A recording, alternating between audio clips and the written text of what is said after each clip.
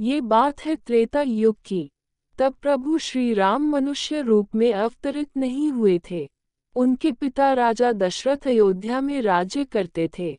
महाराज दशरथ वेदों के ज्ञाता, दूरदर्शी, महान तेजस्वी राजा थे। वे इक्ष्वाकु वंश के अतिर्दी थे। अतिर्दी वह योद्धा होते हैं जो एक साथ 10,000 महारथियों के साथ अकेले युद्ध करने में समर्थ होते हैं।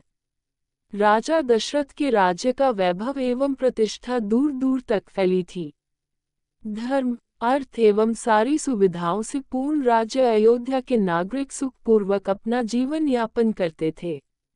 महाराज दशरथ के अनन्य मित्र थे अंग देश के राजा रोमपाद। महाराज दशरथ एवं अंगराज रोमपाद बाल्यकाल के मित्र थे। रोमपाद अंगराज बृहद्रथ के पुत्र थे। बृहद्रथ के वृद्ध हो जाने के बाद रोमपाद अंग प्रदेश के राजा बने। परंतु रोमपाद अंगराज बृहद्रथ के औरस पुत्र, प्रकृत पुत्र, जैविक पुत्र नहीं थे। अंगराज ने रोमपाद को गोद लिया था। रोमपाद यदुवंशी राजा विदर्भ के पुत्र थे। राजा विदर्भ एवं राजा बृहद्रथ अनन्य मित्र थे। राजा विदर्भ के अनेक पुत्र थे परंतु अंगराज बृहद्रथ के एक भी नहीं। तब अंग प्रदेश के राजा बृहद्रथ ने राजा विदर्भ से उनके पुत्र रोमपाद को गोद ले लिया। इस तरह रोमपाद बृहद्रथ के दत्तक पुत्र हुए। अंगराज रोमपाद का विवाह राजकुमारी वृष्णि से हुआ था। अंगराज रोमपाद को बहुत समय तक संतान प्राप्ति नहीं हुई। उन्हें ये भय सताने लगा कि कहीं उनकी भी संतान नहीं हुई तब क्या होगा। तब महाराज दशरथ की भी कोई संतान नहीं थी, परंतु अपने मित्र का मानसिक कष्ट दूर करने हेतु उन्होंने अपने मित्र रोमपाद से कहा, मित्र, यदि मेरे संतान होने तक तुझे संतान प्राप्ति नहीं होती है, तब मैं अपनी पहली संतान तुझे दे दूंगा। राजा दशरथ की पटरानी देवी कौशल्या थी।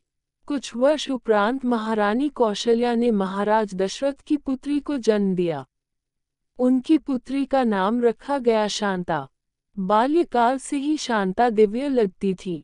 उनके माता पिता उनसे अत्यधिक प्रेम करते थे। अंगराज रोमपाद को भी इस समाचार का पता चला। अंगराज रोमपाद अपने मित्र से मिलने चले आए। पहले रोमपाद ने बच्ची को आशीर्वाद एवं सप्रेम भेंट दिया। कुछ पहर बाद उन्होंने महाराज दशरथ को उनकी कही बात याद दिलाई। साथ ही विनती की एवं संतानहीनता की व्यथा कही। महारानी कौशल्या जानती थी कि महाराज दशरथ वचनबद्ध हैं, परंतु महाराज को अपनी पहली संतान से प्रति प्रगाढ़ प्रेम भी था। तब महारानी कौशल्या ने अपनी बात रखी कि हमारी एक संतान हो चुकी है, आगे भी हमारी और संतान होने की संभावना है, परंतु अंगराज रोमपाद की एक भी संतान नहीं है।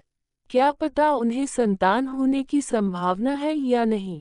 हमारी पुत्री हमारा हृदय है। महारानी आगे कहती हैं, वही दूसरी ओर अंगराज रोमपाद आपके भ्रातातुल्य है। वे शांता से अत्यंत प्रेम भी करते हैं। यदि हम अपनी पुत्री उन्हें दे दें तो भ्रातातुल्य मित्र का कष्ट दूर हो जाएगा। वहीं हमारी पुत्री को प्रेम पूर्ण माता पिता भी मिलेंगे। अंततः है तो वो हमारी ही पुत्री, उसके लिए जो करना होगा हम वैसे भी करेंगे ही।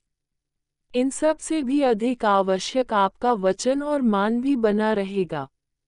महारानी कौशल्या की बात सुनकर राजा दशरथ ने अपनी पुत्री शांता अंगराज रोमपाद को पुत्री स्वरूप में सौंप दिया। शांता को पुत्री रूप में पाकर अंगराज रोमपाद अति प्रसन्न हुए। आगे उन्होंने ने ही देवी शांता का विवाह आदि संस्कार किए।